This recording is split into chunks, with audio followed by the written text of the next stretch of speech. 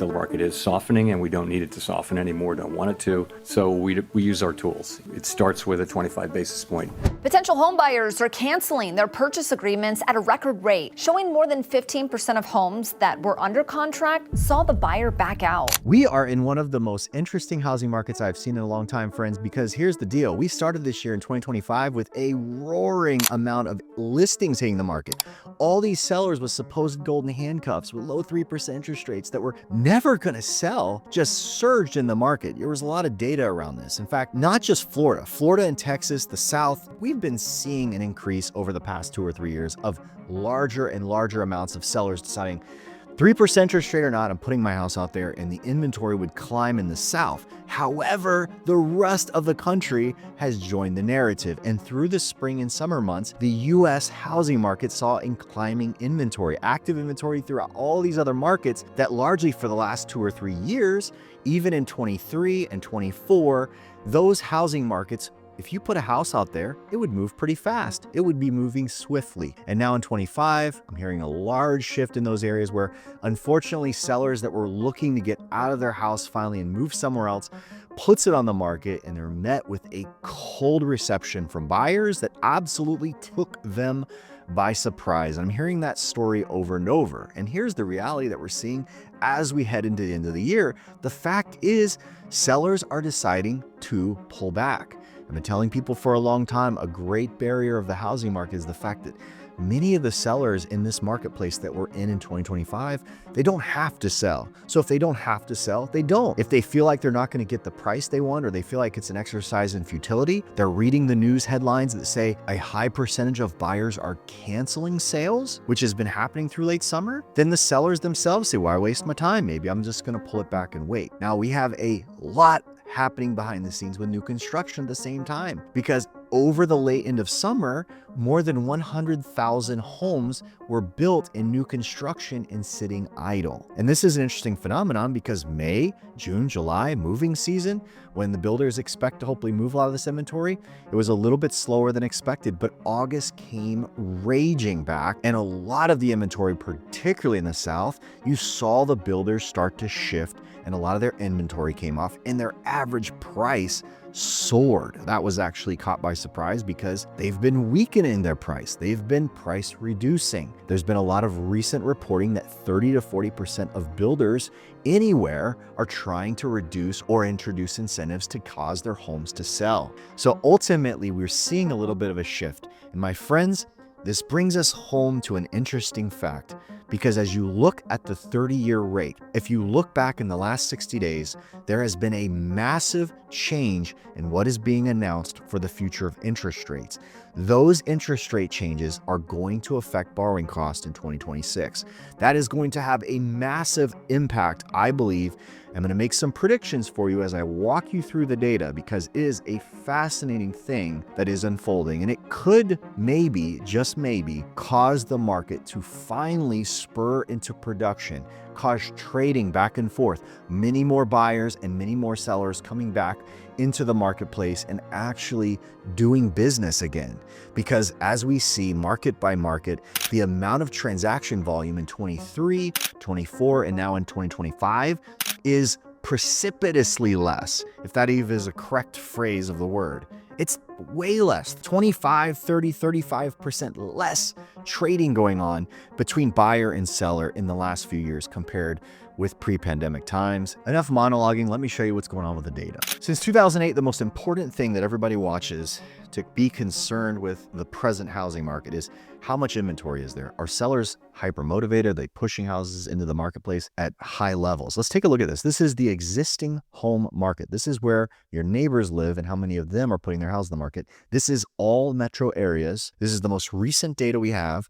This blue line that you see on the second tier here, just below the green line, is 2025 new listings. Now, what caught the media earlier this year, and again, this is all metros, the orange line is last year. You can see that the orange line was higher than 23, and then coming into 2025, even more sellers pushed homes in the market. But look what's happened since. By the way, you can see the year-over-year data down below. You can see the blue lines collapsing below last year. That means that people in 2025, far fewer sellers are bringing houses and putting them on the market for sale the second half of this year across the country. Look what's happening to active supply as a result. So what has been being carried in the news, look at this. 2024, this is the amount of active supply. It started to climb through the end of last year, and as it does every year seasonally, it tapers off towards Christmas. But this year, the active supply is tapering off in summer, which is bizarre. In fact, look at this. So this is the year-over-year graphs. Okay, you can see this. So this is year-over-year active unsold homes. Orange line last year boomed to almost 30%. Look what it's done at the end of this year. It's nearly to negative.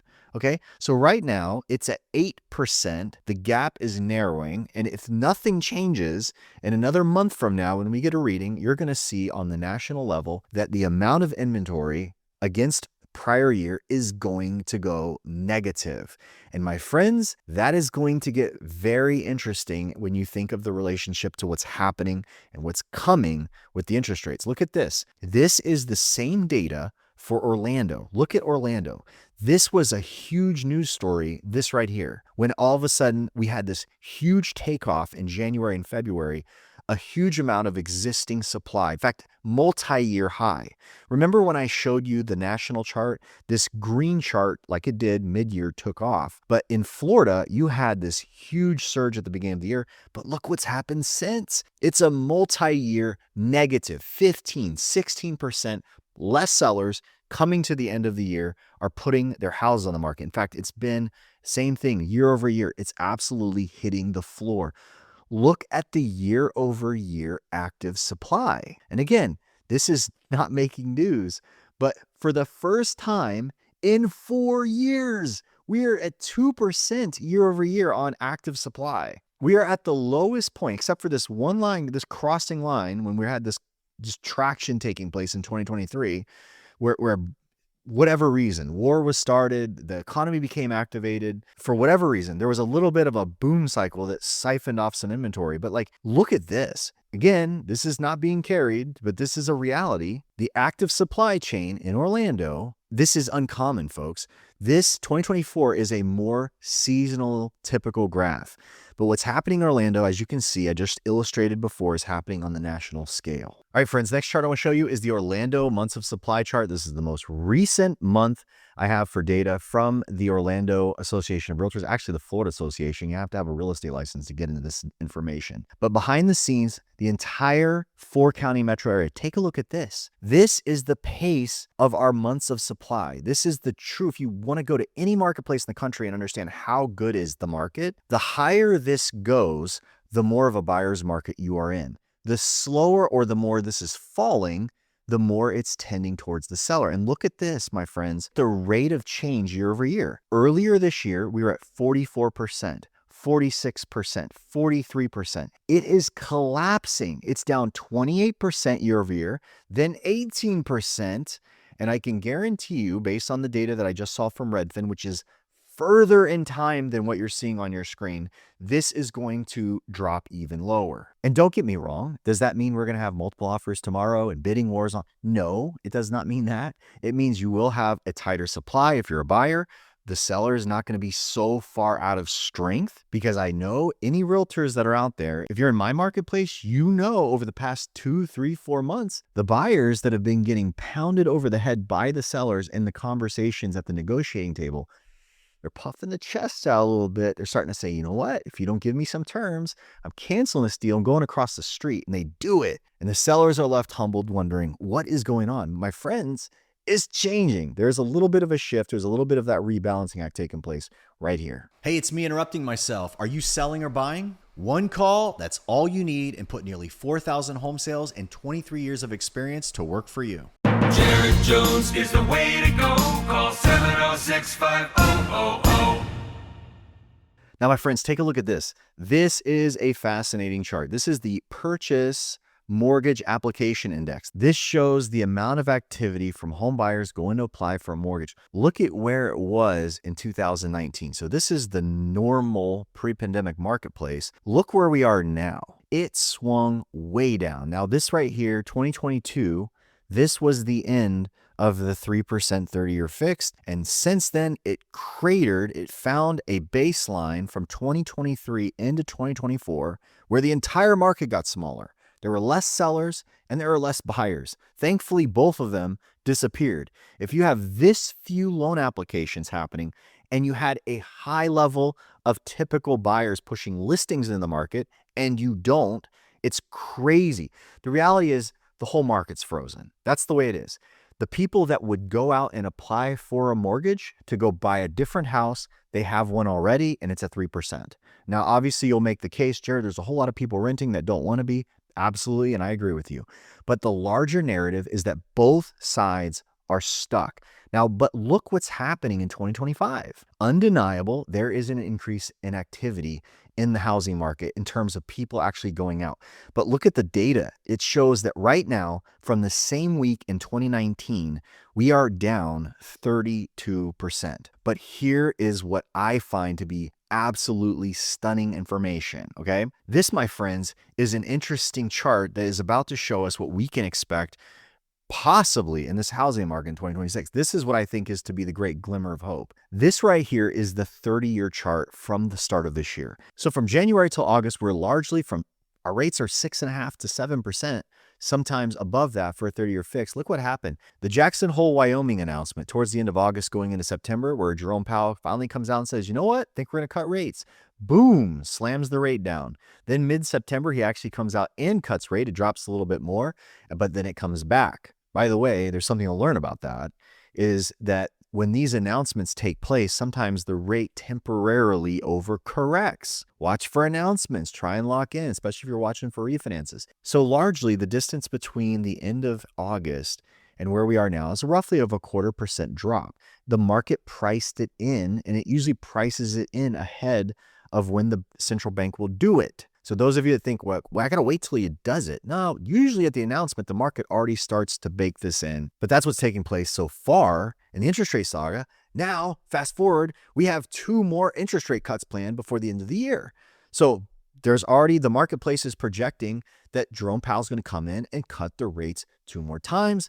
Jerome Powell's on his way out next year. We already know Trump's probably going to appoint someone who is aggressive at cutting rates and stimulating the economy. So I think it's hard to imagine that we're not in a maybe 5.5% 30-year fixed rate territory into next year. And my friends, there's a lot of data that's out there that says when we start to get towards that number again, a lot of this iced out market is going to unfold. And I contend there's a lot of seller demand. And let me say this correctly. When I say seller demand, I'm saying that there's a ridiculous number of sellers who say, you know what? I have a great low rate, but if I can get close to this on something else, I'm going to move. I want to be across the street or across town or in another state. Like a lot of people have held off their transfers. And that's just, I think, going to change when the interest rates get a little bit more enticing. You can see this chart in front of you. Look at the rate of people transitioning out of the high sub 3% mortgages into the sub 6% mortgages. It's a matter of time. But when you pull back and look at the last 3 years, you can see that largely all this time has spent at the 7% mark or above it. When you start to bring the interest rate back into the 5% range, possibly have people getting buy downs into the 4% range for a 30-year fixed again. And I honestly think there's no other way to see it. You're going to see a lot more trades happening. The real estate market moving again in more of a healthy manner than it has been in the past 3 years. And that's exciting if that is the case. All right, my friends, the next potential time bomb, I say that in air quotes because that's what's being lauded, is the new construction market. The time bomb of massive unsold inventory that is precipitating a potential collapse of the housing market. Home builder inventory spikes to the highest level in 2009. My friends over at Reventure Consulting put this out. And you can see it's 102,000. You can see that there's a median line, I guess, across the middle they cut. So you can kind of see where back in time in the 90s, it was higher. In the 80s, it was a little bit higher than it is now, okay? The interesting thing in this chart is that you can see it's relatively towards the bottom. There are times, particularly in the '08 boom, where there was a lot more unsold, like double the amount we have now. But the news is it's kind of on an upward trend and it's not changing. But look what's happened in the most recent headlines. This is August data from the Census Bureau. New home sales exploded higher and with it price. Okay. So all of a sudden you had this huge move predominantly, this says almost entirely, the sales are in the South. That's Texas, that's Tennessee, that's Florida. Here's the deal. At the same time, you had your sale prices that builders were trying to get people for actually increase. So median new home sales price for this stretch was almost 2%. 413,500 is the median for new construction. 534,000 was the average price, which represented a record high for the builders. That won't make a good headline, so you're not going to see it in the news. Now, here's the deal I want you to understand further, okay? Obviously, the article points out that people are buying more expensive homes, and that is causing the data that you see. Now, the other thing they point out in articles like these, you're going to see it all over the place, is that this green line, that's the new construction, is down here, and the existing home is up here. So they will make the point that even with the growth of new construction last month, like it went up, the price climbed, existing homes are still more expensive than new construction. You hear that in the news, right? So then what happened? What do people think? They think, I'm moving to Orlando. I'm going to go buy new construction because it's cheaper than existing construction.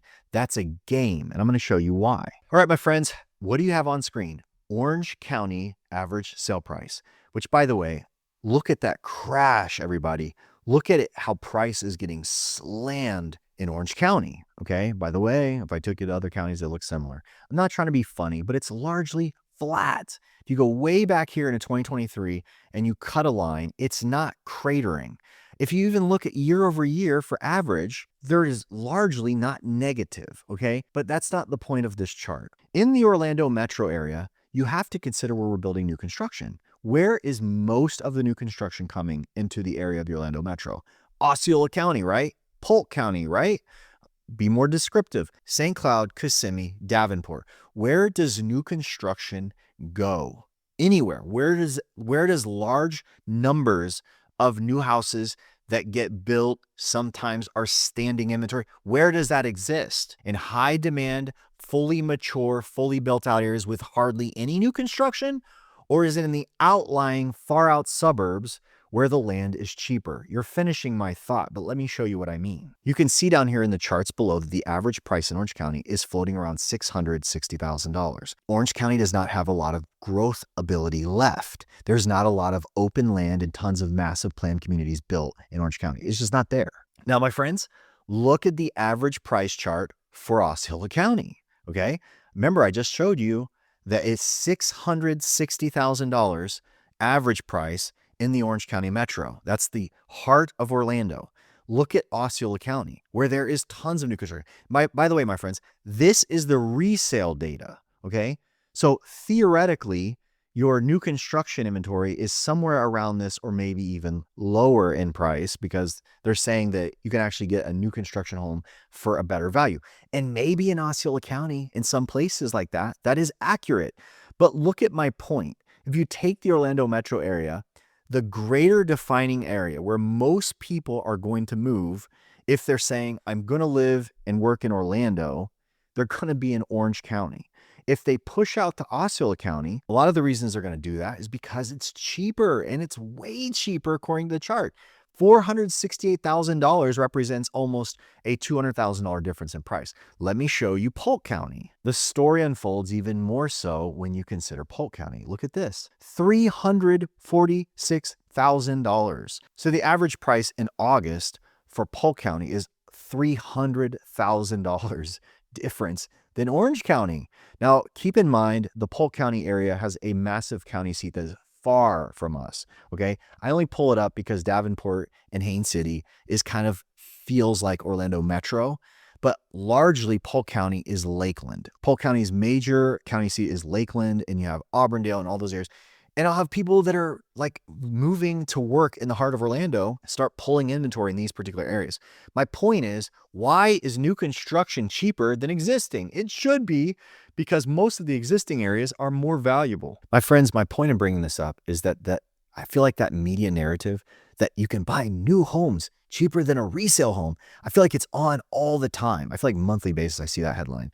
So people that are planning on moving somewhere else, particularly you go to another major metro area, in your head, you're thinking, like, I'm going to get this gem of a property that's new construction. It comes with a trade-off. The reason it's cheaper is in that area, it's a lower real estate cost.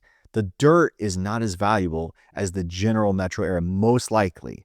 Why? Because the area where they're going aren't fully developed yet. They're a little bit on the periphery. There's reasons they don't sell for the same price. So I think most people kind of figure this out in due process. So it's like, okay, am I going to make a trade-off to live in those areas? Or am I going to live in a developed area that's already there? It's got time. It's got all the resources close to me. And I don't have to drive a really long way to work. So if you're a remoter, you can work from home. That may be a different story for you.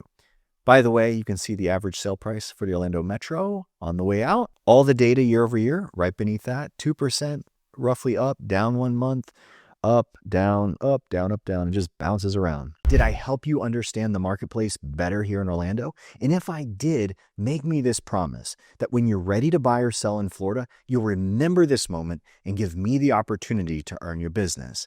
Even outside of Orlando, I can help you by connecting you with a trusted agent. I honestly do not make these videos for ad revenue. I make them to build a relationship with you before you need me. So please, if I've added value, do me a favor and commit right now to give me a chance when the time is right. And if you haven't done so already, do me a favor, drop down below, smash the thumbs up. It'd mean a lot to me and help the channel.